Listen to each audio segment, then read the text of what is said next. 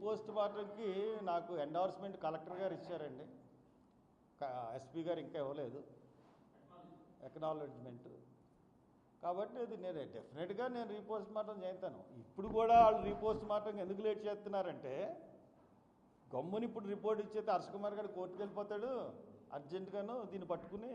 కాబట్టి దీన్ని లేట్ చేస్తే ఆ కడుపులో ఉన్నటువంటి కొంత అన్నీ కరిగిపోతాయి. అప్పుడు మనం ఏదో సంథింగ్ ఈజ్ బిహైండ్ దట్, అందుకనే లేట్ చేస్తున్నారు. అన్ని సబ్స్టాన్సెస్ దొరకకుండా ఉండడానికి లేట్ చేస్తున్నారు. Thank you.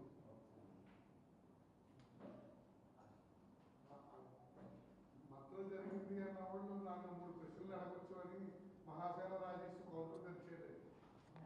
నాకు నా మీద ఆధారాలు ఉన్నాయన్నాడు కదా,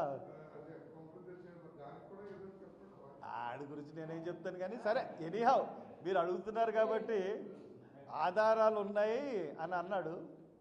ఆధారాలు ఉంటే చూపించమనండి, అంతకని ఎక్కువ మాట్లాడిన తన గురించి నేను. ఎందుకంటే ఆ రోజు మార్నింగ్ వాళ్ళు ఇంటికి వెళ్ళి వాళ్ళ నాన్నగారు చనిపోయారని పలకరించారు. తర్వాత ఆయనే చెప్పాడు ఇది దీని గురించి. అంతకుముందు వరకు నాకు తెలియదు. నేను వచ్చినప్పుడు ఆగాను, అయిపోయిన తర్వాత ఆయనేమో వీడియోలు చూసి సాటిస్ఫై అయ్యాడు, నేను సాటిస్ఫై అవ్వలేదు. ఆయన బయటకు వచ్చి ఇది యాక్సిడెంట్ అన్నాడు, నేను కాదన్నాను. అంతే మా ఇద్దరికి డిఫరెన్స్.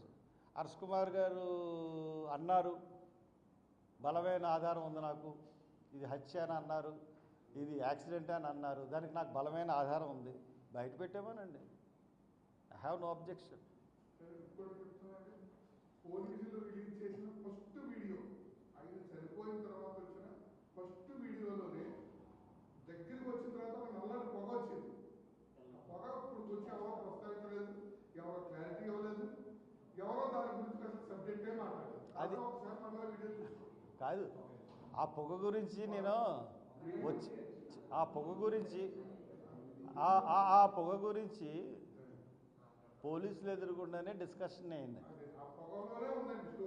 నేను ఆ పొగ గురించి నేను స్టేట్మెంట్ ఇచ్చానండి. ఏమని? పోలీసులకి నాకు ఈ పొగ కనబట్టలేదు, ఇది నేను నమ్మలేని, ఇది యాక్సిడెంట్ అన్నట్టు పోలీసులకే చెప్పాను. తర్వాత నా వీడియో కాన్ఫరెన్స్లో, నా ప్రెస్ కాన్ఫరెన్స్లో కూడా దాని గురించి చెప్తాను. అది ఒక పొగ చూసి నేను నమ్మలేను.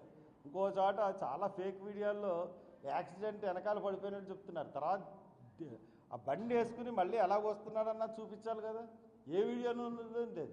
ఇంకోటి ఎస్పీ గారు అనుమానాస్పద కారులు 4 ఉన్నాయి, దాంట్లో కారోడు కాతేరులో దిగిపోయాడు. ఆ దిగిపోయిన తర్వాత బండి వెళ్ళిపోతుంది, బండి వెళ్ళిపోతున్నది, బ్యాగ్ ఏమో పక్కకు ఒరిగిపోయింది, ఇదేంటి బ్లింకర్ లైట్ వేసుకుని వెళ్ళిపోతున్నారని చెప్పాడు. ఎవడన్నా సరే మనం ఉన్నామండి, మన బ్యాగ్ ఒరిగిపోతుంది, పడిపోయేలా ఉంది, ఏం చేస్తామండి? మనం దిగి స్టాండ్ వేసుకుని బ్యాగ్ని సరి చేసుకుని వెళ్తాం. మరి అలాగే వెళ్ళిపోతున్నాడంటే ఇవన్నీ ఆలోచించాల్సిన విషయాలు, ఇన్వెస్టిగేషన్ చేయాల్సిన విషయాలు.